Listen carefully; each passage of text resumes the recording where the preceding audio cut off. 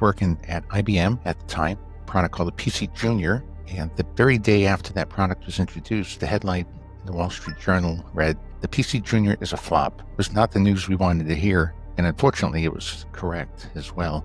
And they were working on that along with 40 other things in their lab. That stent took off as a product on its own, became $1 billion business in less than 2 years. The Cordis stock went from $8 a share up to $108 or something like that. And they were acquired by J&J. This is something that entrepreneurs need to consider as well. In most markets, your go-to-market strategy is aimed at the economic buyer. But when you're building your product, you're focused on the job executor, the two different customers. And it's just wasteful because you've got so many people spending so much time and your money using resources and for nothing. And 80% of product creation falls into that category. It's shameful. Hi, Tony. Welcome to Edbound with Kinner. We are a big fan of your work. Some of our guests have recommended the book Jobs to be Done. So if I could request you to introduce your work to us, and how would you introduce the book Jobs to be Done to someone who's in the world of GTM, online platforms or technology? Oh, yeah, thank you. So I'll just go back to where I started all my interest in innovation. And it has its root back in the 1980s. I was working at IBM at the time, and I was working on a product called the PC Junior. And the very day after that product was introduced, the headline in the Wall Street Journal read, "The PC Junior is a flop." It was not the news we wanted to hear. And unfortunately, it was correct as well. And this got me very interested in innovation as a process. I wondered how companies like IBM, with all its vast resources, could fail in such a dramatic fashion. And I soon realized it wasn't just IBM, it was every company has the same issues. And unfortunately, it's not just back then, it's still happening today as well. But it got me very interested in trying to figure out how did they know it was going to fail or it's a flop the day it was introduced. They were clearly using some set of metrics to decide what value meant to them, right? And it clearly was not the same set of metrics we were using to build the product. And the thought was, if we only knew what those metrics were well in advance, we could just design the product around those metrics and make sure we create value for customers and hit home runs. So that was the initial thought, but trying to make that a reality was really difficult. But it occurred to me at one point after studying Levitt's quote for years, people don't want the quarter-inch drill, they want the quarter-inch hole. I'm sure you've heard that. It occurred to me that, hey, we could actually study the job of creating a quarter-inch hole, independent of the drill, right? Let's not focus on the product. Let's focus on what the customer's trying to get done. And by thinking of it like that, it occurred to me, and then all my manufacturing engineering background jumped into play. And I thought, wow, just like in manufacturing, what we're trying to do is to automate to get the job done faster. We try to use statistical process control to reduce variation. We use Six Sigma to drive out defects. Well, aren't customers trying to do the same thing? They're trying to get a job done faster and more predictably with great output, no defects. Okay, well, if that's the case, then why don't we study the job the customer's trying to get done and understand how they measure success as it comes to speed, predictability, and output? And that's what led to outcome-driven innovation. All those statements that we collect from customers up front are the outcomes they're trying to achieve as they go about get the job done. And what we do is we capture those inputs, we quantify them with customers to see which ones are most important and least satisfied. And there's often 100 or more. And then we're able to conceptualize solutions that we know will address the top unmet needs in the market, as opposed to guessing at it, right? So instead of putting a product out there and hoping it is addressing the top unmet needs, let's discover all the top unmet needs and make sure we're putting a product out that's going to get the job done significantly better. And by significant, I mean about 15% better or more. So what ODI does, it sets up a framework for organizations to use to be certain that they're going to create significant value for the customer before they start developing the product. So failed products don't enter the development process, right? They're completely fleshed out, so we know we're going to create significant value across multiple dimensions. And that's what it's designed to do. Wow. Benefit selling is such a tough concept, especially for the new guys to understand. And, if you're selling a quarter-inch hole, like I think you just picked up the best analogy that we've ever heard. If that's what the customer is buying, it doesn't matter how we achieve that result or, what achieved that result. it's something that we try and drill down into the heads of all new and old salespeople. Because when you join a company, in fact, content writers, it just doesn't impact the sales guys right from the get-go. When we think of a new product, if we started to imbibe that visibility of the quarter inch hole, the solution, the real need for the product, I think it changes the game. And I love how you're saying that start before you kind of start building it, otherwise you'll have a failed product in the hand. So how does it really work for, let's say, a startup that's just trying to get out in the market, and they have just the first few customers? They're not actually on the drawing board right now for the idea. Let's say they've figured the idea. How does it impact them? Like how do they go about it? But what's the lesson there, and what would you suggest? Sure. Startups are unique in that they really have time or money to go do deep research that extends, into months of times. What we typically recommend for startups is that they begin the journey by using ODI to define the market they're in through the jobs to be done lens. So they're not in the circular saw market, right? They're in the market of helping tradesmen cut wood in a straight line, right? So that's the first step. Let's define the market around the job executor and the job to be done.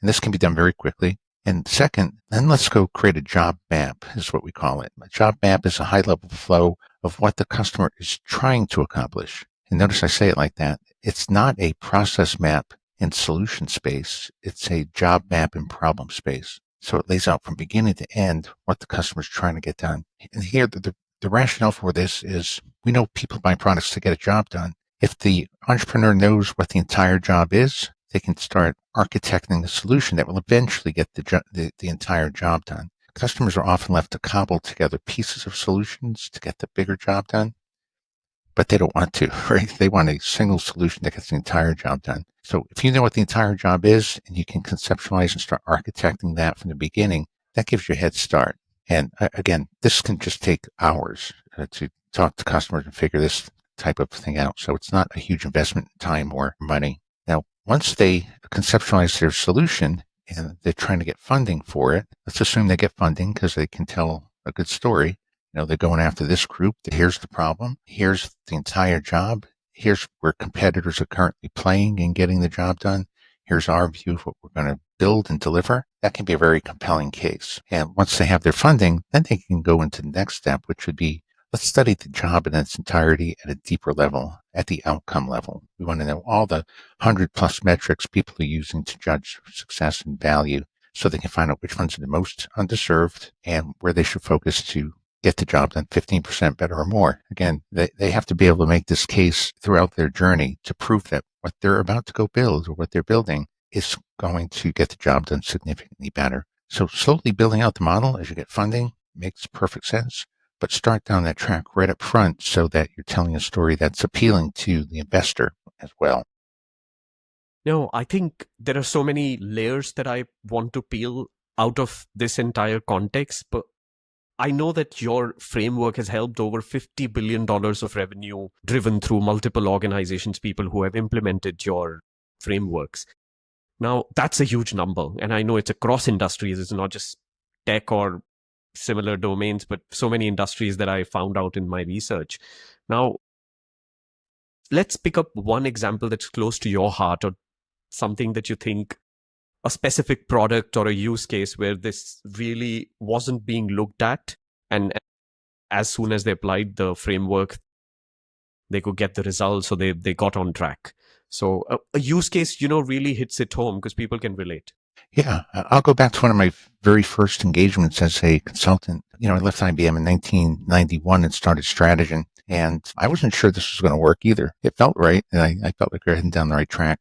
And I spent my last few years at IBM as an internal consultant applying these kinds of concepts. But one of my first clients was Cordis Corporation, and they are in the angioplasty balloon space. That's the product that they create. And their market share had gone from 10, 15% down to about 1.5%.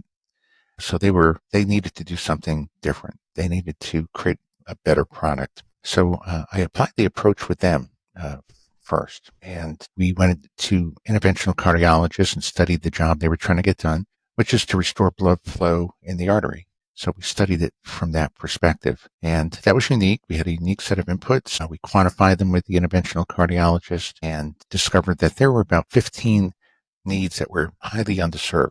So 3 of them were already being addressed by the current product, but they weren't marketing around those 3 outcomes. So the very first thing they did is to revamp their marketing program to emphasize the fact that they were satisfying those 3 unmet needs. So that led to increase in market share. Within 6 months, they were up to about 4%, which is nice, but that's not the end. About a year later, they introduced 19 new products into the market, all of which became number 1 and number 2, and took their market share to up over 20%. Wow. That's not the end either. So one of the biggest unmet needs was minimizing the likelihood of restenosis, which is the recurrence of the blockage in the artery once it was opened up. And it just so happened that they had licensed a technology from a doctor who had the patents around a heart stent. And they were working on that along with 40 other things in their lab. And we pointed to that and said, you need to be the first to market with that product. That's a winner. And so they were, and that stent took off as a product on its own, became $1 billion business in less than 2 years. The Cordis stock went from $8 a share up to 108 or something like that. And they were acquired by J&J as a result of this as well. There's one more aspect to this too. We encouraged them to patent the next stage of possibility with what was called drug-eluting stents, where they would treat them and it would satisfy other outcomes associated with getting the job done. And they did that. And in the end, Guidant imposed on their IP and had to pay them $600 million in fines for violating their IP. So all this came from one study. Unbelievable. And understanding the job at a different level and coming at it from a different angle. Now, you mentioned too how this can affect sales. No, I'll get there, but I think this is so fascinating. The entire growth. I just hope and wish that you got a little percentage of the entire bump. You should have, right? Because that's immense, right? 1% share to 20% plus. Unbelievable. Now, when they went about identifying those unmet needs, and the first transformation was unbelievable, because you're saying they didn't even create something new. They just weren't marketing right. I mean, so right off the bat, they were leaving money on the table just by changing the way they were marketing it. They could go from single percentage to 4. How does this process of discovery start? The research methodology for this. So let's say a startup who's now looking to figure out what exactly is the job to be done they're going after.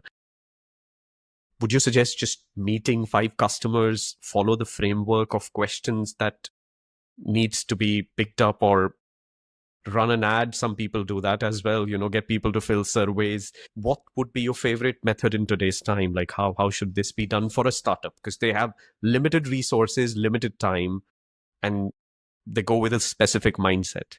Yeah. Well, we created a framework that we use. It's called the Market Definition Canvas that people can download and use. But it's much like you just described. You want to get together. Is it on your website? Before It is. I forget. So we just go and download it. We were going to give it to the listeners. But yeah, fantastic. And so it begins by interviewing a handful of actual customers. So it's not an internal exercise, right? You have to go to customers and ask them the key questions. And the way we lay it out is we try to find the job executors so we can narrow it down to like interventional cardiologists or tradesmen or whoever the group of people are. We go screen for the right people. We get 3, 4, 5 in a room, and I try to get them in the room for about 2 to 3 hours. And in that time frame, we spend the first half hour, maybe an hour, defining the job to be done from their perspective. What are they trying to achieve? And it's often different than what you go in with. We may go in with a few straw men, as we call them. Could it be this or that, just to get the conversation going? But ultimately, it's the customer that's defining the job they're trying to get done, right? Like you could be a kettle maker and go interview people who use your kettle. And you say, well, people use kettles to heat water to the right temperature. True. But what's the job they're trying to get done? Well, they're trying to prepare a hot beverage for consumption, right? And getting the water to the right temperature is one step in a bigger job. And you may want to know what that bigger job is so you can get the entire job done, right? As opposed to just a piece of the job. So that's the very first step. Let's define the job statement. Then we build the job map. And this can take a couple of hours. It's a bit iterative, but we have a article in HBR called Customer Centered Innovation Map that goes into job mapping and explains how we created the universal job map and some typical steps. But we work with the customer and just simply ask them at eye level, tell us the key milestones along this journey of getting the job done. What's the first thing you're trying to do? What's the next thing you're trying to do? And we try to get this in super slow motion where they're thinking through what are they trying to do in problem space. And this is why we don't advocate hugely for in-person, on the job kind of interviews where they're using the solution, right? Because when you're talking to people and watching them use a product, they're in solution space, right? And you can see what they're doing, but you don't know what they're trying to do, right? So we try to extract people out of solution space, put them in problem space, keep them there, and have this discussion, right? So what is the job you're trying to get done? What are the steps associated with getting that job done? And then if you have more time, you can start going after the outcomes. It's like a tier, right? High level job, the steps. Underneath each step, there might be 10 outcomes. And your goal is to build out this framework, right? Go as far as you can. As I already mentioned, if you just have the job statement and the job steps, you can build a story off that, right? And later on, as you get more funding, spend more time with customers, really filling out, getting a complete set of customer outcomes that span the entire job. In addition, today too, with AI, we've been able to get some inputs. AI is very helpful in terms of helping to define job. It's pretty good at defining a job map, and it's not so good at defining the outcomes yet, but we're working on that too. Using those types of tools to guide your thinking is helpful, but just keep in mind that's not the replacement for going out and sitting and talking to customers and getting from them their consensus on what the job is and what the job map looks like. So all that's qualitative up front, and you can learn a lot in a weekend. We worked with a dental company where they got 6 dentists together for 2 days over one weekend, and we spent 6 hours a day with them and created job statement, the job map, all the outcomes in a short period of time. And then we went from there to go quantify them and figure out which were unmet and so on. Wow. This is a gold mine of information. Love it. When you find all these insights and you can segment markets and tailor messages for different customer groups. To a startup, a lot of wisdom that comes from the new age funds and gurus is usually about go pick a niche, just find a wedge in a very small market or, like a specific customer segment, go rule there, and then you figure out a broader customer group. So how does this research that we would get done, how can this be utilized for crafting those messages for a specific user group? Sometimes when you're starting out with the research, you're not very clear on that. Like sometimes you'll, like if you were Amazon and you had to decide, do I start with the bookstore or the grocery store? Because that's a dilemma a lot of startups, because a grocery looks much bigger, the TAM's higher, I can raise bigger funds, I can make more money. So how do we relate this framework with deciding on the market? Figure out what those segments look like, because they don't segment around unmet needs. They segment around demographics or psychographics or attitudes or behaviors or some combination, assuming that those personas will be groups of people with different unmet needs. But it's rarely true, right?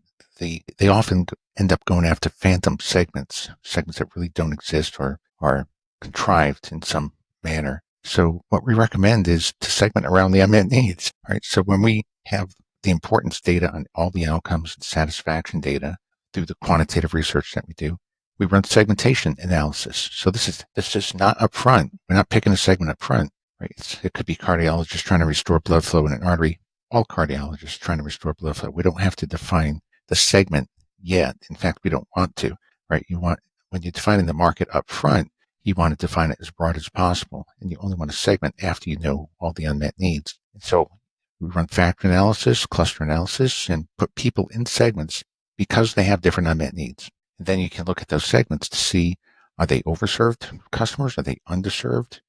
Along what dimensions? And this guides the strategy you want to pick. So if you're a startup and you're trying to find a way to get into the market, what we typically recommend is follow a differentiated strategy. Try to find the segment of the population that has some set of unmet needs and go after that segment and those unmet needs, and that's the entry point. So we do this even for corporate clients like Bosch trying to enter this North American circular saw market. But they wanted to compete with DeWalt to Makita and get shelf space in Lowe's and Home Depot to compete with them at a similar price point. So what we had to do when we did our segmentation, there was only one segment that was highly underserved. It had 14 unmet needs in one segment. Turns out it was mainly people who use circular saws to make more finish cuts. So they had to make more blade height adjustments, blade angle adjustments, and they were underserved in ways that the rest of the population was not. So they said, let's go target that segment. It's 33% of the market. If we can capture half the market share in that segment, that's going to yield X amount of dollars. And that's exactly what they did. They targeted that segment. They entered the market in a convenient way to take advantage of opportunities that other competitors didn't see. And this is what we recommend for entrepreneurs as well. It's a little further down in the process. You have to be able to afford the quantitative research costs as well, make this stuff work. But that's why I said, don't do that first round of funding. Just tell the problem story up front, then get into more detail. And you can even tell the investors, here's what we're going to do next. And once we get this cash, we're going to understand exactly what underserved segment exists and how to target it and how big it is and so on. So that's the typical approach. Yeah, that makes so much of sense. And people, when they're trying to figure out, this translating the customer insights and building a GTM strategy around it, they make a lot of mistakes because they kind of don't apply it right. I mean, it's kind of spray and paint sort of a approach, if you know what I mean. I mean, throw a lot of stuff and see where it gets stuck and, just go after that segment. Sorry, please go ahead. I was going to make one more comment because you talked about go-to-market strategy, and this is something that entrepreneurs need to consider as well, and big businesses too. In most markets, your go-to-market strategy is aimed at the economic buyer, but when you're building your product, you're focused on the job executor. They're two different customers, right? Like when we work in the medical space, surgeons may be using a tool to get a job done. They're not buying it. We have an administrative group inside hospitals that make the buying decision, and they use a set of financial metrics to decide what to go buy. That's very different than the people using the product to get a job done. So we study both of those separately. The economic buyer has a set of financial outcomes that might be underserved. The user of the product has a set of functional, maybe emotional outcomes that they're trying to achieve that are underserved. And so you want to make sure you're telling the right story to the right people to gain traction. So it just reminds me, that's an important point. Reminds me of Canva. Even though it's the buying department in the company, and a lot of companies use Canva, the design tool. I mean, I don't know if you've come across this platform. A lot of designers within the organizations are pushing the sale. They go to their head of design or the CMO, and they tell them that, we need a license for this. So what you're saying, the one that utilizes, the one that executes is a really important stakeholder. And I think such an important point. You'll have to tailor your messaging to that. So do you suggest that when we do this quantitative research, do we also go and talk to the guys who are going to execute it as well as the guys who are looking at from a 10,000 feet view? Yes. So I like doing it in a certain order, but the answer is yes. So the first thing you want to do is create a great product concept, right? You have to have a concept is going to get the job done 15% better or more. So studying the job executor and what they're trying to do is the first thing, right? Then once you start building the product and designing it, then you have to consider all the consumption chain jobs, which could be like installing the product, setting it up, and maintaining it, and upgrading it. People aren't buying the product so they can install it and upgrade it, right? They're buying it to get a core functional job done. But if you design it and make it hard to install or set up or interface with, then you're going to have adoption issues. So during the development phase, during the strategy phase, go talk to the job executor. During the development phase, go talk to the folks responsible for supporting the product throughout its life cycle. And once you're ready to go to market, talk to the economic buyer so you can understand where they're coming from and what financial outcomes they're trying to achieve so you can tell the entire story. But generally speaking, if a product is really good, like you described with the design engineers trying to get Canva, approved inside the organization, the job executors will go to the economic buyer and say, we need this product, and they'll help make the case for you. But that's the order in which we lay this out. That's amazing. And I think this changes the way you would tailor your pitch, because you'll go out with two different pitches, actually. We're working with an AI observability company right now. And, this is a conversation. It's a large enterprise we've been having for almost 4 or 5 months. But even they are not clear on what is the job to be done by their platform. And it's a multinational, almost like a Fortune 1000 company. I mean, very large. Well, they should figure that out sooner than later. And Yes. and sometimes too, it's hard in the technology space. A lot of times, you can define uh, a job at an abstract level. And you brought up Amazon earlier. Should they be in the sell books, or should they sell medical services? Right, as they're doing now. How do they grow into it?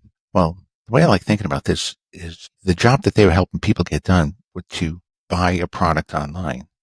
Now, you could say buy books online, but if you study the job of buying books online, that may look different than buying an item or other items, buying things online. What Amazon did is they invested a tremendous amount of money in infrastructure that would allow them to sell and have people buy anything online. And they just started with books because that was an easy way to get going. And then they added more product and more product. But they started with the mindset that eventually people are going to be able to buy anything online. Our infrastructure is going to be designed to do that. So the way I think about that is if you're in one of those businesses that could be applied to many, many different situations, build the plumbing, own the plumbing, the infrastructure that allows multiple jobs to get done, multiple situations, right? Those are the most valuable types of companies. You look at Amazon, they're like that. You look at Apple, with cell phones, smartphones, right? How many jobs do the people get done on these things? Thousands, right? Tens of thousands now, right? So they're platform level solutions that allow people to get lots of jobs done. Those are the most valuable companies on earth. That's a new lens to look at value and valuation in TAM. The more jobs to be done, the more economic value to be captured. Now, let me ask a question about customer education. A lot of domains get cluttered and commoditized. Do you believe customer education after you've figured jobs to be done, and a lot of products I believe are underutilized, like a mobile phone? My mother possibly uses it for a fraction of jobs that I use my mobile for. And I think when you're talking about technology companies now, in fact, we named Canva.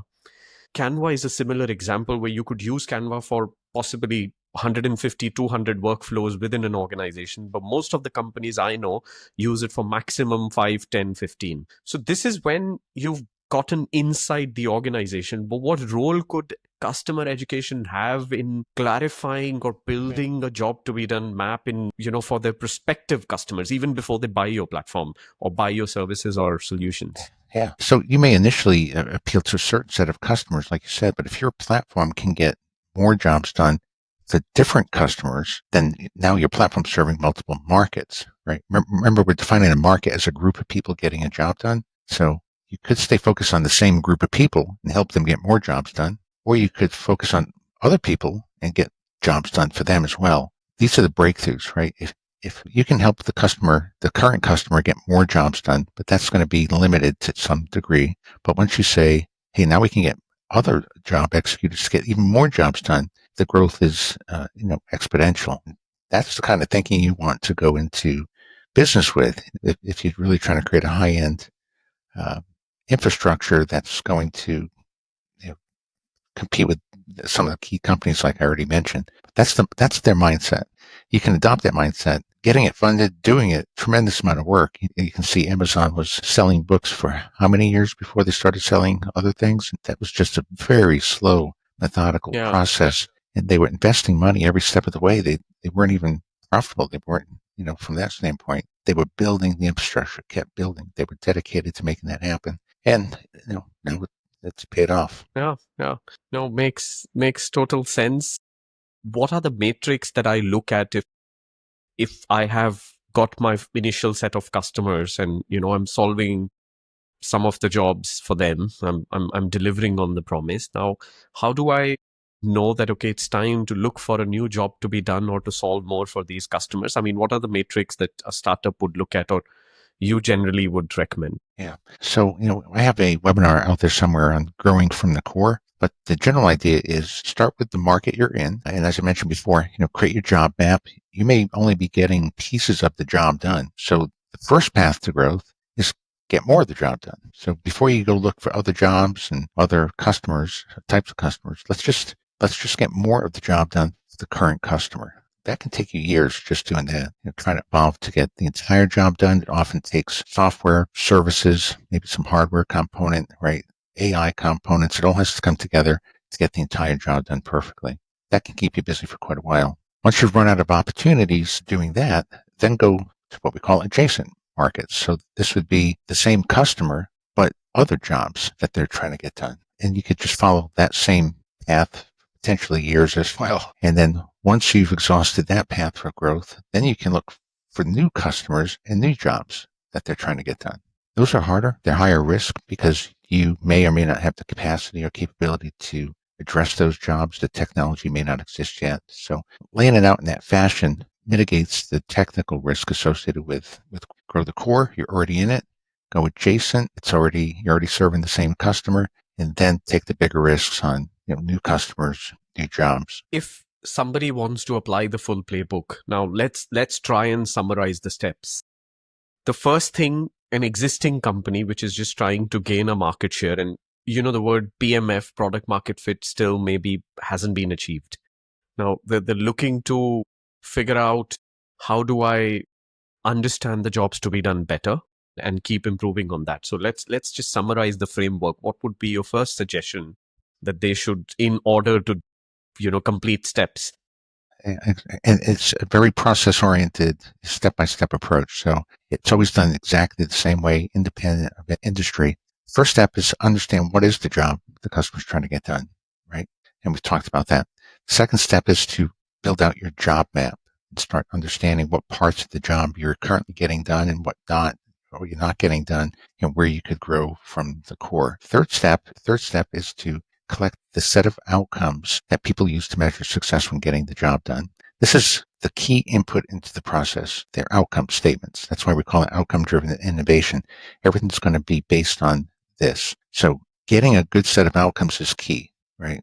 And this is all done through qualitative research. We've written a lot about it. Next step is to quantify it. We know all the 100+ outcomes, but which ones are important and unsatisfied? So we want to collect data from maybe 270, 500, it depends on the industry and sample design, but a significant number of people that you want to collect this data from so you can figure out which needs are important and unsatisfied. When we get that data back, we segment the market around the unmet needs. So we want to see, are there groups of people, different unmet needs?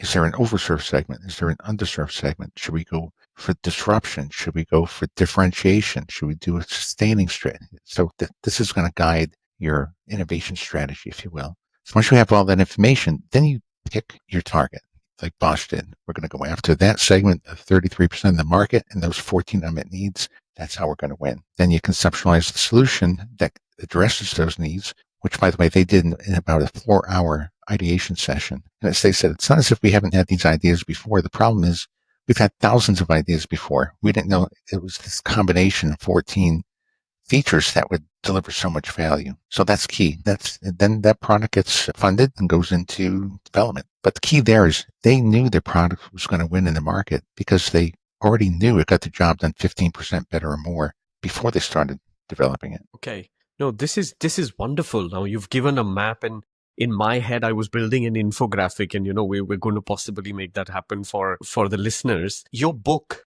I think it's available to download as well, and we can buy it from Amazon. So you're not monetizing it. I mean, the book is available for all of us to. That's right. Yeah, you could pay for it if you want, but yeah, the goal really is to, my motivation over the years has been to change the way the world innovates, right? Let's not invest in products that are going to fail, right? And that we know they're going to fail, and we can prove they're going to fail before we start developing them. The IBM story was just, humbling. And we don't have to have a 80% failure rate in innovation. We can have an 80% success rate. So let's do that instead. So the goal's been, change the mindset. And you can see it's a different mindset, right? We're trying to execute a process in problem space, not solution space. It's just a different way of thinking. And we've been at it for 30 years, and we've changed a few minds over the decades, and hopefully contributing to a better way to innovate. Oh, this is such a noble mission.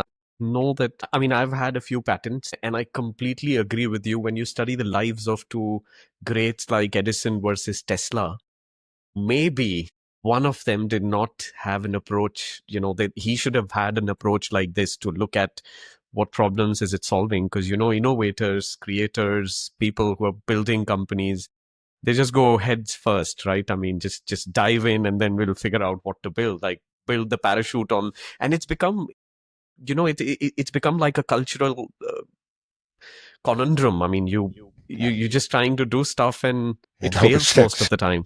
Yeah. And it's just wasteful because you've got so many people spending so much time, you're investing so much money, Yeah. using resources, and for nothing. And 80% of product creation falls into that category. It's shameful. And it doesn't have to be that way. Yeah, yeah. No, I loved the way you've summarized this, and we're going to, push this as a lot of content pieces and value information, because I believe people can really benefit from it.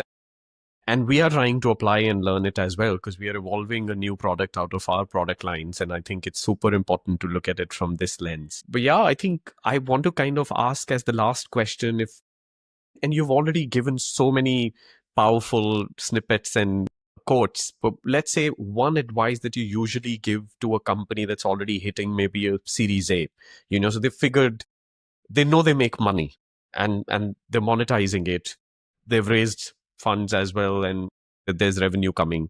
What would be one suggestion to such a company? How should they look at, you know, doing it better? Yeah. At that stage, they really need to understand the next step of growth in the market. They've made it to product market fit potentially, but where do you go from there? What is the next set of unmet needs that you should go focus on next year, the year after, the year after that? Because now it becomes a game of sustainability. As a competitor, as competitors enter the market, they're going to be doing the same thing. So if you're not always ahead, you'll eventually end up behind, right? And so like we work with a company, Kroll On Track, and we show them about 60 unmet needs in their market. We're many, many. And so V1 of their product addressed the top 20-ish unmet needs. And then a year later, the next 10. And a year later, the next 10. So on. And it took competitors 15 years to catch up to them. They were in the Magic Quadrant award range for all those years. They did wonderfully. But it's that idea, right? The reason you want to invest in this is so you know the next set of unmet needs to go focus on in some priority order, and just checking it every couple of years with some new quantitative research that just makes sure you're always targeting the top unmet needs. I call this the most efficient path to growth, right? That's what companies are trying to get on. What is that most efficient path? And the answer is you always want to focus on the outcomes that, if satisfied, would have the greatest impact on the biggest population. That's the most efficient path to growth. So if you can discover what those unmet needs are in priority order, your goal should be to try to follow that path. You may not be able to in solution space, but it's the right path in problem space. But that becomes your goal. Thank you so much. This has been fantastic. I learned so much, and we'll share the recording with you. But I'm going to read the book again. I taken a quick skim through before I kind of came in for this, and I mean, we started implementing some of this stuff, but I think it gave me so much of clarity hearing this all from you and building roadmaps. Thank you so much. This is a lot of super valuable information. I believe I'll be able to get it across to more people who get your goal mission a bit more impactful, like, I mean, increase and spread the word about the impact. But thank you so much for taking out the time. Really a pleasure. Thank you. My pleasure, Kinner. Thanks so much for the invite. Hope to do it again. Yes, absolutely, absolutely, and hopefully I can come back to you with some case studies, because I'm going to ask people, how does it go? And there's so many Series A, pre-Series A, so many companies in the network that I'm going to now start recommending to almost everybody. Excellent. I appreciate that. Thank you.